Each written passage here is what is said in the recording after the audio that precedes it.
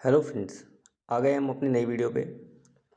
आज हम class 9th worksheet कर रहे हैं, वर्कशीट 80। सब्जेक्ट साइंस है और डेट है 1 फरवरी 2022 की। यहाँ पे बच्चों के लिए जो क्वेश्चन दिए जाते हैं, चेक योर सेल्फ, उसके 4 क्वेश्चन हैं, उसके सॉल्यूशन हम देंगे। क्वेश्चन 1 है, write laws of chemical combination. तो आंसर है, there are 2 laws of chemical combination.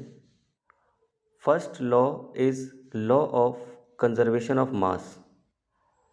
This law states that mass can neither be created or nor be destroyed in a chemical reaction. ये law कहता है कि मास ना तो बनता है और ना ही ख़त्म होता है किसी भी केमिकल रिएक्शन में।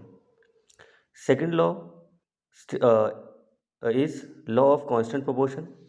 ये लॉ कहता है कि this law states that in a chemical compound the elements are always present in definite proportion by mass. कहने का मतलब किसी भी केमिकल कंपाउंड में जो एलिमेंट्स होते हैं वो हमेशा एक फिक्स प्रोपोर्शन में उनके मास के हिसाब से फिक्स प्रोपोर्शन में होते हैं। सेकंड क्वेश्चन में प्रोसीड करते हैं friends. Question number 2, can there be a variation in chemical combination of 2 samples of water take from 2 different places, explain.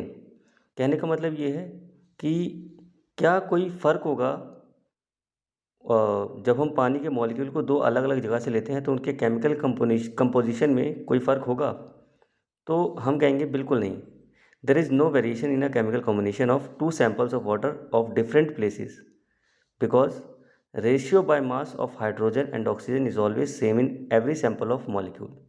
कहने का मतलब ये है कि इनके मतलब मॉलिक्यूल्स में कोई वेरिएशन नहीं होगा, इनके केमिकल कॉम्बिनेशन में कोई वेरिएशन नहीं होगा, क्योंकि किसी भी जगह का अगर हम मॉलिक्यूल उठाते हैं वाटर का तो उसका फॉर्मूला तो H2O ही होता है और क्या कहते हैं, इसका रेशियो बाय मास जो होता है हाइड्रोजन ऑक्सीजन का हमेशा सेम रहेगा, चाहे फिर पानी अमेरिका का हो, चाहे इंडिया का हो, चाहे किसी भी जगह का हो।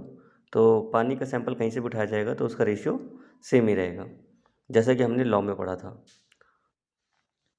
क्वेश्चन नंबर 3 है, if 3 gram of carbon burns in 8 gram oxygen to produce 11 gram of carbon dioxide. अगर 3 ग्राम कार्बन जलता है 8 ग्राम ऑक्सीजन के साथ तो 11 ग्राम कार्बन डाइऑक्साइड प्रोड्यूस करता है।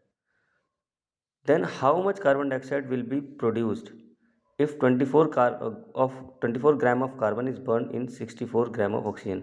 तो क्या होगा या कितना कार्बन डाइऑक्साइड प्रोड्यूस होगा अगर 24 ग्राम कार्बन को 64 ग्राम ऑक्सीजन के साथ जलाया जाए तो और कौन सा केमिकल कॉम्बिनेशन इस आंसर को गवर्न करेगा?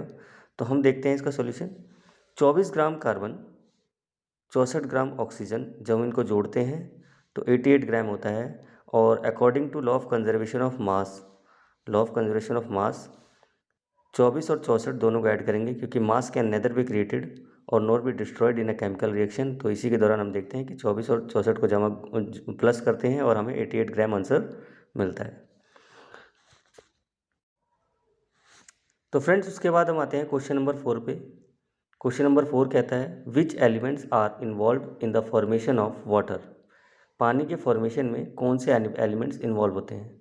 तो आंसर है, there are 2 elements involve in the formation of water, hydrogen and oxygen. Thank you so much.